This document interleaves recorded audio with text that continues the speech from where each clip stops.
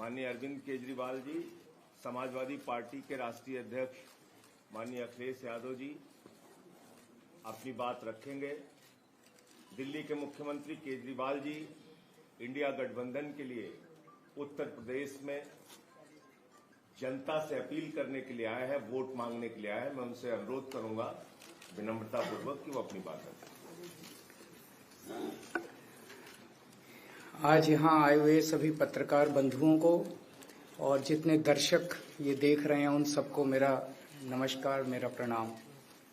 आज लखनऊ में मैं उत्तर प्रदेश के सभी मतदाताओं से इंडिया गठबंधन को भारी भरकम वोट देने के लिए, भारी मात्रा में वोट देने के लिए अपील करने के लिए आया हूँ।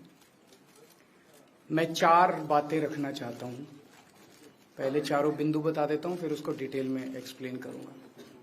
पहला ये कि ये चुनाव भारतीय जनता पार्टी मोदी जी अपने लिए वोट नहीं, अमित शाह जी को प्रधानमंत्री बनाने के लिए वोट मांग रहे हैं। दूसरी बात,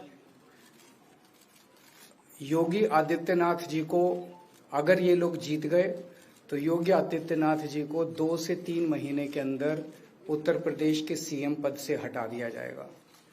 नंबर 3, इन लोगों की पूरी तैयारी है, अगर ये लोग जीत गए तो संविधान को बदल के SC ST और OBC का रिजर्वेशन खत्म कर दिया जाएगा।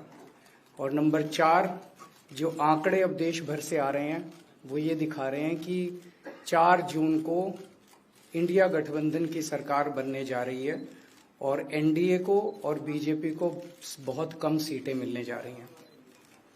अब मैं अपने सबसे पहले पॉइंट पे आता हूँ।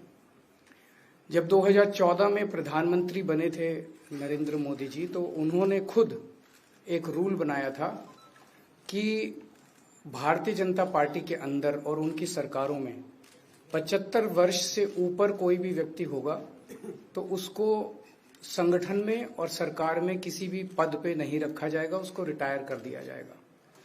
और उसका सबसे पहले उस रूल के तहत आडवाणी जी को और मुरली मनोहर जोशी जी को रिटायर किया गया था। और उसके बाद तमाम यशवंत सिन्हा जी, सुमित्रा महाजन जी, कई लोगों को यहाँ टिकट नहीं मिली। कई लोग जो पद पे बैठे हुए थे उनको पद से इस्तीफा दिलवा के उनको हटाया गया। ऐसे कई सारे लोग हैं। तो अब अगले साल 17 सितंबर को प्रधानमंत्री मोदी जी 75 साल के होंगे और मोदी जी ने तय कर लिया है कि अमित शाह जी को वो अपना वारिस बनाएंगे और अमित शाह जी अगले साल 17 सितंबर को देश के प्रधानमंत्री बनाने का उन्होंने तय किया है मोदी जी ने। इसके ऊपर मोदी जी पिछले 1-2 साल से लगे भी हुए हैं, क्योंकि भारतीय जनता पार्टी के अंदर अमित शाह जी के सामने जो जो बाधाएं पैदा कर सकता था नेता, एक एक करके उन सब नेताओं को साइड कर दिया गया, उनका पत्ता साफ कर दिया गया। शिवराज सिंह चौहान को हटा दिया गया, वसुंधरा राजे को हटा दिया गया, डॉक्टर रमन सिंह को हटा दिया गया, देवेंद्र फडणवीस को खत्म कर दिया गया, खट्टर साहब को खत्म कर दिया गया। एक एक करके सबको खत्म कर दिया गया। एक ही शख्स बचे हैं जो अमित शाह जी के रास्ते का कांटा बन सकते हैं। हेलो, आवाज आ रही है? आ रही है। एक ही ठीक है, आ रही है। एक ही शख्स हैं जो कि उनके रास्ते का कांटा बन सकते हैं, वो हैं योगी आदित्यनाथ जी। अब योगी आदित्यनाथ जी को इन्होंने हटाने का पूरा मन बना लिया है और अगर इनकी सरकार बनी तो 2 महीने के अंदर योगी जी को भी उत्तर प्रदेश के सीएम से हटा दिया जाएगा। मैंने दिल्ली में 3-4 दिन पहले ये प्रेस कॉन्फ्रेंस की थी और ये दोनों मुद्दे उठाए थे। जैसे मैंने मुद्दे उठाए थे तो अमित शाह जी ने और उनके कई नेताओं ने अपनी भावना प्रकट की कि नहीं, मोदी जी को 75 साल में इस्तीफा नहीं देना चाहिए, मोदी जी को 75 साल पूरा कार्यकाल पूरा करेंगे।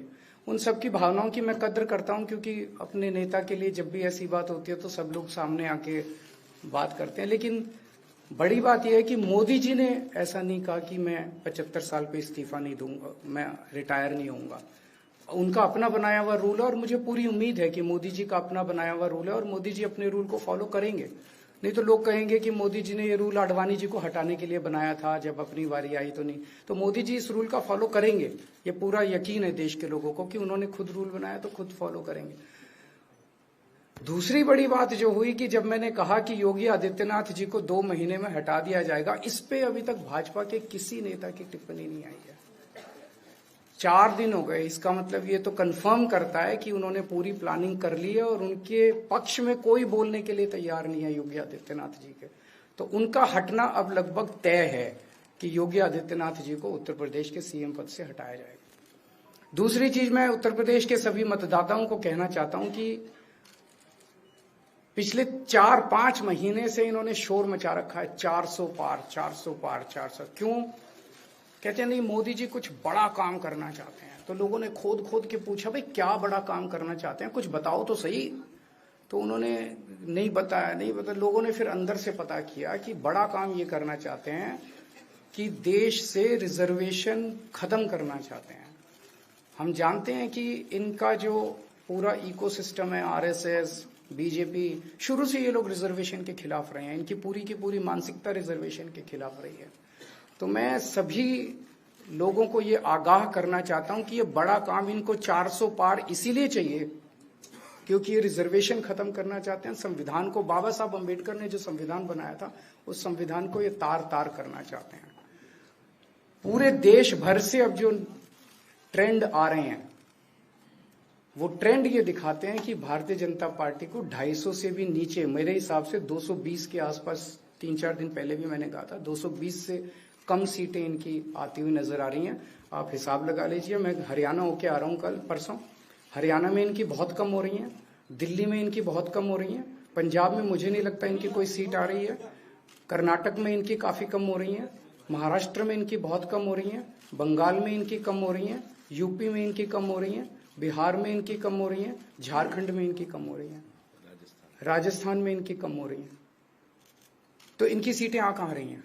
तो इनकी 220 के नीचे सीट आ रही हैं। इनकी सरकार बीजेपी की सरकार नहीं बन रही है, इंडिया गठबंधन की सरकार बनेगी और इंडिया गठबंधन की सरकार जो है वो देश को एक प्रगति के रास्ते के ऊपर लेके जाएगी। इस तरह से जो पूरे देश के अंदर एक नेगेटिविटी इन लोगों ने फैलाई है, उसको हम लोग ठीक करेंगे। मैं अंत में उत्तर प्रदेश के सभी लोगों को अपील करना चाहता हूं कि इंडिया गठबंधन के, यहाँ पे सपा और कांग्रेस का गठबंधन है, इंडिया गठबंधन का जो जहां से कैंडिडेट है उसको भारी मात्रा में वोट देकर आप सब लोग जिताइए।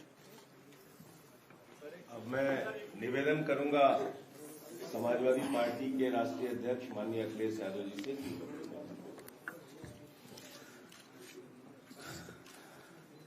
आदरणीय अरविंद केजरीवाल जी का मैं धन्यवाद देता हूं। उन्होंने बहुत महत्वपूर्ण बातें आपके सामने रखी हैं। जो देश का माहौल है और 4 चरणों में भारतीय जनता पार्टी चारों खाने चित्त हो चुकी है और उनके आंसुओं की नदी उफान में है। भारतीय जनता पार्टी जो 400 पार का नारा दे रहे थे, अब समझ में आया है 4 चरणों के बाद। वो बात तो ठीक है कि आरक्षण पे सबसे पहले हमला करेंगे, लेकिन 400 पार नारा इसीलिए दे रहे हैं कि 543 में 400 के बाद वो सीटें देख रहे हैं, तो वो केवल 143 बन रही हैं। तो वो स्वयं स्वीकार कर रहे हैं कि 143 से ज्यादा वो सीटें जीतने वाले नहीं हैं, क्योंकि 400 पार सीटें 143 ही बनती हैं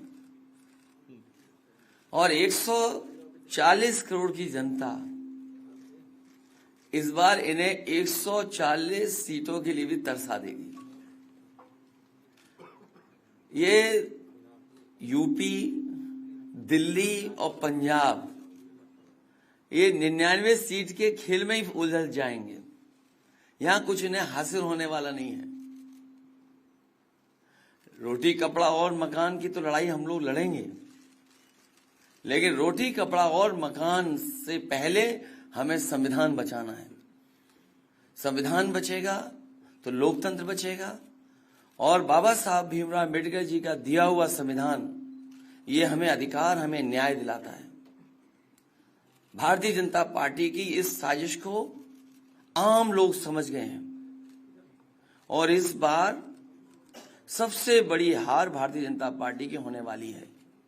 अभी तक तो हम ये कहते थे कि ब्रह्मांड का सबसे बड़ा झूठ बोल रही है, अब लग ये रहा है हारने के बाद ये ब्रह्मांड का झूठ का विद्यालय खोलेंगे, यूनिवर्सिटी खोलेंगे और वाइस चांसलर और डीन पहले से ही रिटायर होकर के वहां अपने आप नियुक्त हो जाएंगे।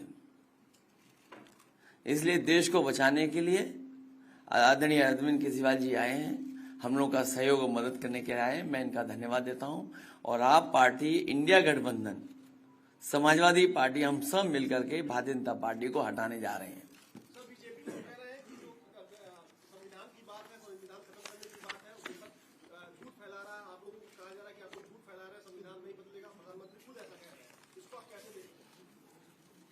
उनकी कौन सी बात सच निकलेगी? अभी आपसे ही कहा कि 75 साल वाला जो वो है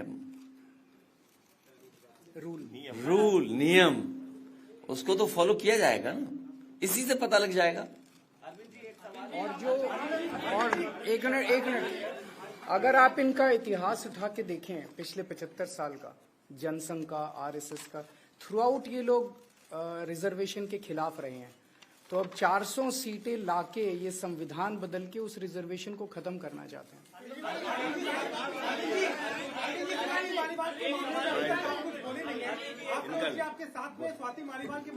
अरे उससे ज्यादा जरूरी और चीजें भी हैं, कागज हम निकाल लिए। भाजपाई किसी के सगे नहीं है, ये है कि भाजपाई किसी के सगे नहीं है और भाजपाई झूठे मुकदमे लगाने वाला गैंग है। हाँ बोलो। बोल रहे हैं, बता रहे। हाँ मैं बोल रहा हूँ, एक सेकंड बोल रहा हूँ।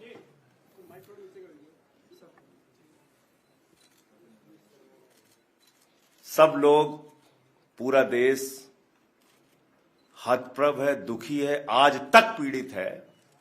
मणिपुर के अंदर एक कारगिल योद्धा की पत्नी को निर्वस्त्र करके घुमाया गया, सैकड़ों महिलाओं के साथ दरिंदगी हुई, भारत के प्रधानमंत्री खामोश रहते हैं।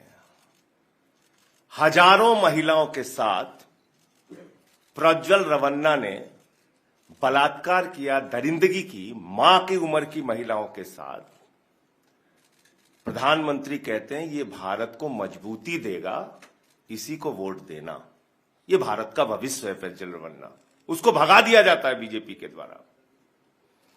पहलवान बेटियां जब जंतर मंतर पे लड़ रही थीं न्याय मांगने के लिए, तो यही स्वाति मालीवाल जो महिला आयोग की अध्यक्ष थीं, रात में उनके समर्थन में गई थी, पुलिस के लोगों ने घसीट के मारा था।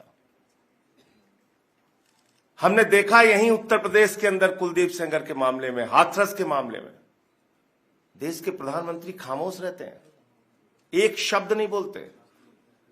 आम आदमी पार्टी हमारा परिवार है, पार्टी ने अपना रुख साफ कर दिया है और मैं चाहता हूं जितने विषय मैंने आपके सामने रखे हैं, देश के प्रधानमंत्री और भारतीय जनता पार्टी को जवाब देना चाहिए।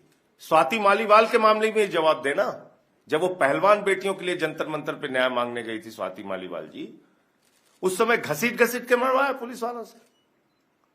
तो इसलिए इस पे राजनीतिक खेल ना खेलें, मैं सिर्फ इतना कहना चाहता हूं। धन्यवाद।